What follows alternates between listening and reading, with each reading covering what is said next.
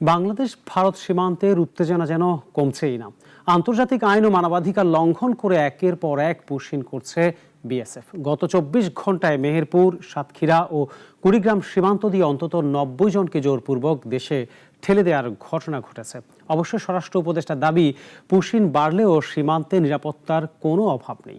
প্রতিনিধিদের পাঠানো তথ্য ও ছবিতে আরও জানাচ্ছেন সিরাজুম শুভ।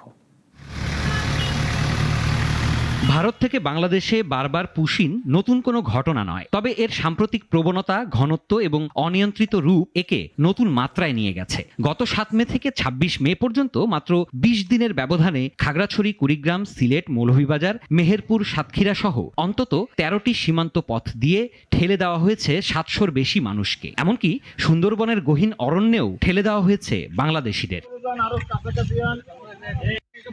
আজও মেহেরপুর সীমান্ত দিয়ে নারী ও শিশু সহ ৩০ বাংলাদেশিকে জোরপূর্বক বাংলাদেশে পুশিন করেছে বিএসএফ। আন্তর্জাতিক আইন না মেনেই মুজিবনগরের আনন্দবাস সীমান্তে ঘটেছে এ ঘটনা। খবর পেয়ে তাদের আটক করেছে বিজিবি, যার মধ্যে নারী ও শিশুও রয়েছে। তারা দীর্ঘদিন ধরে ভারতে অবৈধভাবে অবস্থান করছিলেন। অধিকাংশের বাড়ি কুড়িগ্রাম জেলায়।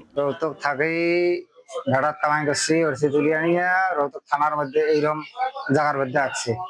বাংলাদেশ সীমান্তে মুজিবনগর সীমান্ত দিয়ে পার হওয়ার সময় বিএসএফ বিজিবি কর্তৃক গ্রেফতার করা হয়। একই ধরনের ঘটনায় সাতক্ষীরা থেকে ২৩ জনকে আটক করেছে বিজিবি। তাদের কুশখালী সীমান্ত এলাকা দিয়ে পুশিন করে বিএসএফ। আটককৃতদের নাগরিকত্ব ও পরিচয় যাচাই বাছাই চলছে।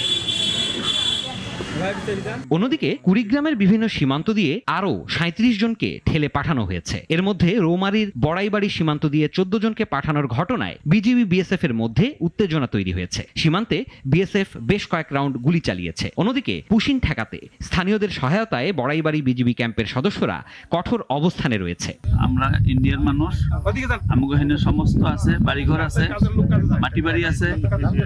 আমাদের কুড়িগ্রাম জেলার বিভিন্ন সীমান্তে তারা তাদের ইন্ডিয়ান নাগরিককে অনুপ্রবেশ করাইতেছে।